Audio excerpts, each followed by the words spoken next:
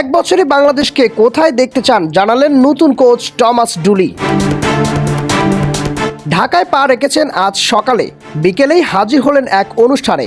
Bangladesh sports press অ্যাসোসিয়েশনের কুল বিএসপিএ sports অ্যাওয়ার্ডে নামের সেই অনুষ্ঠানে তাকে আনুষ্ঠানিকভাবে সবার সামনে পরিচয় করিয়ে দিলেন বাংলাদেশ ফুটবল ফেডারেশনের সভাপতি তাবিথ আউয়াল। টমাস ডুলি বাংলাদেশ ফুটবল দলের নতুন প্রধান কোচ। বাফুফে তাকে আগামী 2 বছরের জন্য হামজা চৌধুরী, জামাল ভুঁইয়াদের দলের দায়িত্ব দিয়েছেন।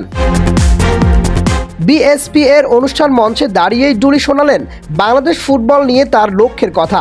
বললেন, ফিফা র্যাঙ্কিংয়ে এদেশের ফুটবলকে সম্মানজনক অবস্থানে নিয়ে যেতে চান। 1998 বিশ্বকাপে যুক্তরাষ্ট্রকে নেতৃত্ব দেওয়া ডুলি বলেন, আমার লক্ষ্য হলো র্যাঙ্কিংয়ে বাংলাদেশকে 160 থেকে 150-এর মধ্যে নিয়ে আসা।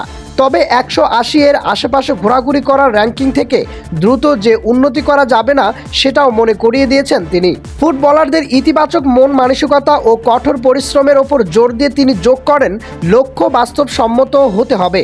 160-এর নিচে আসা অবশ্যই বাস্তবসম্মত একটি কাজ, তবে আগামীকালই নয়, হয়তো 1 বছরের মধ্যে আমরা তা অর্জন করতে পারবো।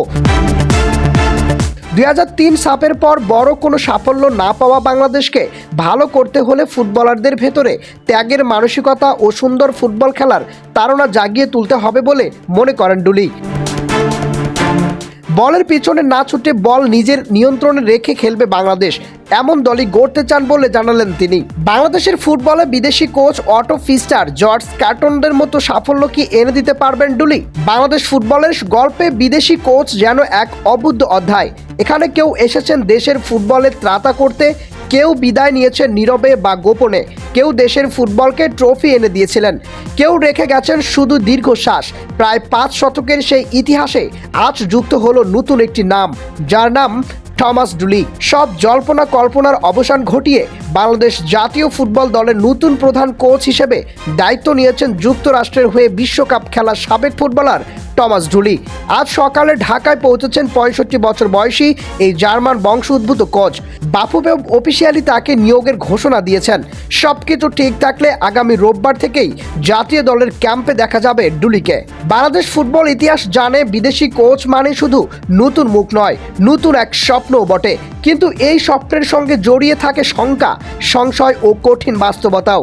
কারণ এই দেশে বিদেশি কোচরা কখনো ইতিহাস লিখেছেন, আবার কখনো বাস্তবতার দেয়ালেও ধাক্কা খেয়ে দ্রুত হারিয়ে গিয়েছেন, হতাশ হয়ে ফিরে গেছেন নিজের ভুবনে।